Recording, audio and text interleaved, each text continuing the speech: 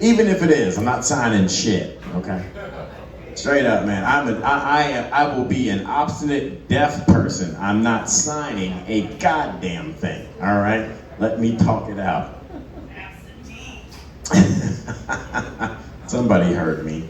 All right, ladies and gentlemen, coming to the stage right now. Speaking of sign language, man, this guy, let me tell you, he knows how to sign to a pig. He can slaughter it. It's hella halal. You know what I mean? Please make some noise for Budsy.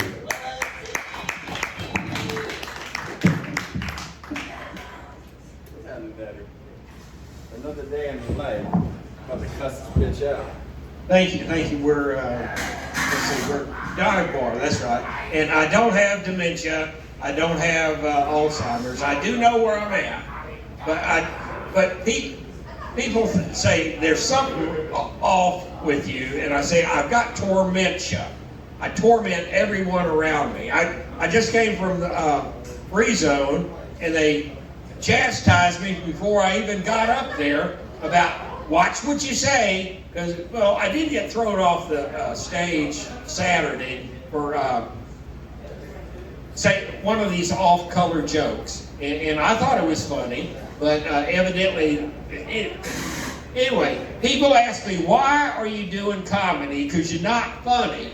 And I tell them, I said, it's court mandated, I have to do comedy. I mean, really, it's either that. See, I used to be out in Hollywood. I was in the movies. I was a stunt double for Ron Jeremy. Okay, well, anyway. But really, I've been having a kind of an identity crisis here lately. I'm trying to figure out which Budsy I am.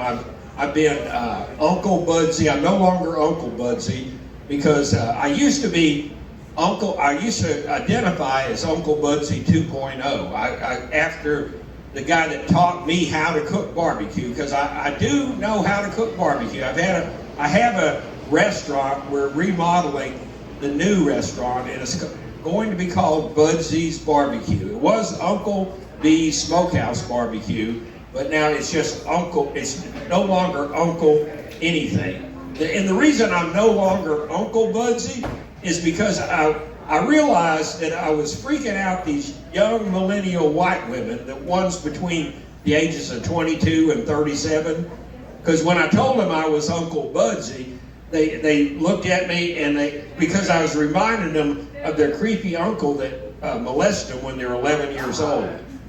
But really, I'm just Budsy now. But the reason I wanted to be Uncle Budsy, because the guy that taught me how to cook barbecue, he was a Jamaican fella, and he cooked barbecue back in Dallas for 52 years. Dallas and Fort Worth for 52 years.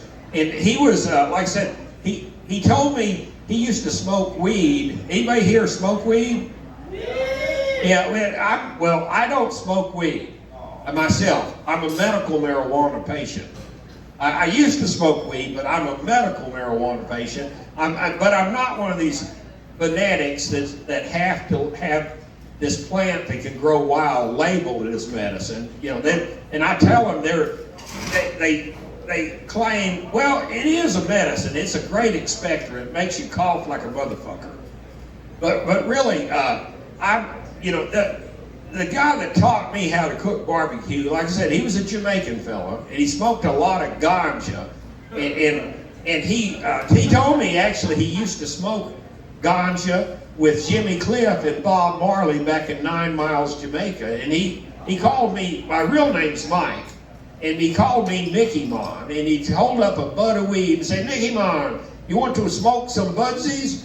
And so he was the uncle of my best friend back when I was 13 to 15. So I started calling him Uncle Budsy. But he was a weed smoking, 40-ounce drinking, pussy getting barbecue cook. And when you're 14 years old, I thought that's the guy I want to grow up and be like. But like I said, I decided I'm no longer Uncle Budsy because I'm as Uncle Budsy. Like I said, I creeped out all these young millennial white women. So now I identify as Dr. Budsy.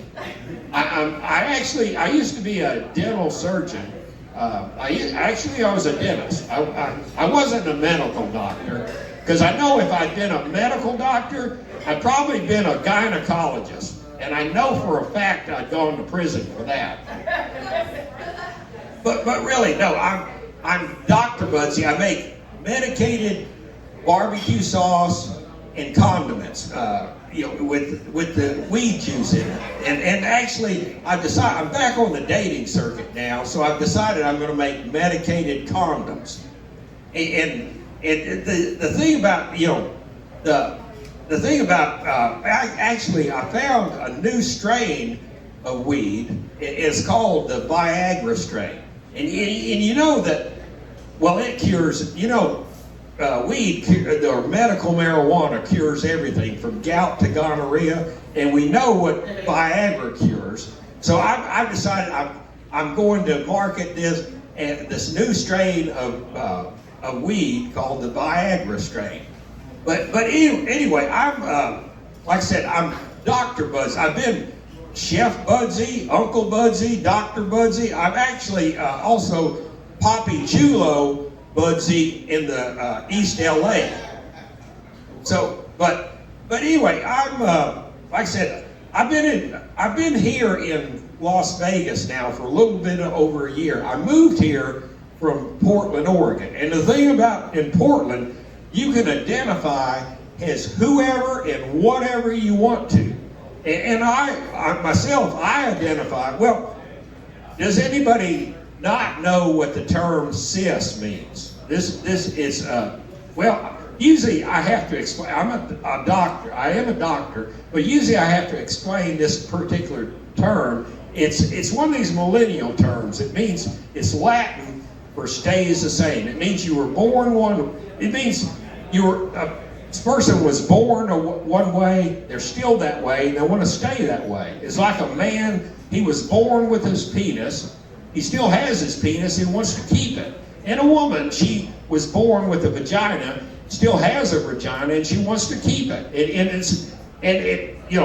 It's not this trans stuff. That's where they want to flip over to the other side, and either by hormones or surgery. So what I identify as myself, I identify as a cis male heterosexual lesbian, and that a lot of times that angers the other lesbians, and I'm not that trans stuff, I'm not on that Leah Thomas swim team.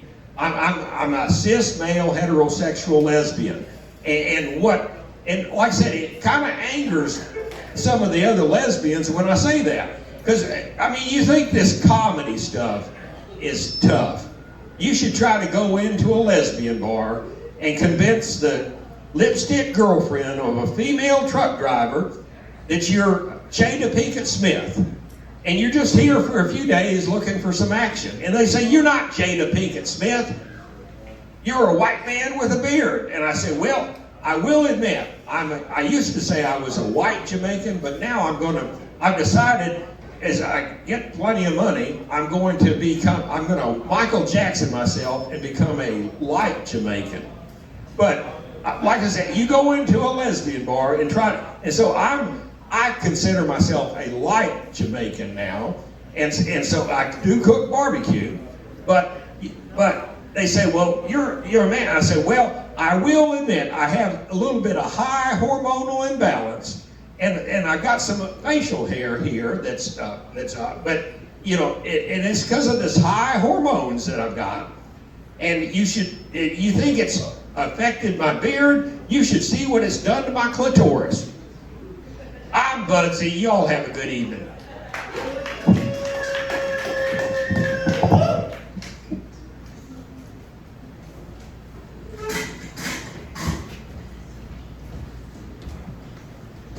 Uncle Budsy, man. Oh yeah, skibbity bebop boom. Give it up for Budsy, man. Let me tell you. Dude, Budsy, this is the first time that I wasn't threatened by your caucasity. Like, for real, man. Every time I see you, I'm like, this is a scary white man. You know what I mean?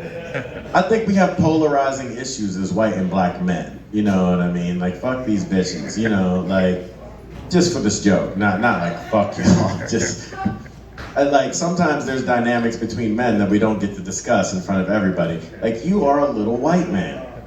I'm not gonna lie, the smaller the white man, the scarier they are to me.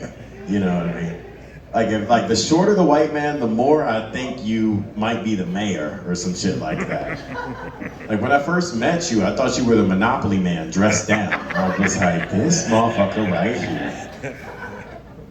He mad. I was fucking your daughter off Boardwalk. I know. All right, I apologize. All right, I apologize. All right, but there's a lot of bad bitches off Boardwalk, bro. And plus, I walk right around that corner. I get $200 every time. How am I supposed to not do that? You know what I mean? I pull up in the thimble like a real nigga. You know? I seen your wheelbarrow parked out front. You guys like the Monopoly jokes. Okay.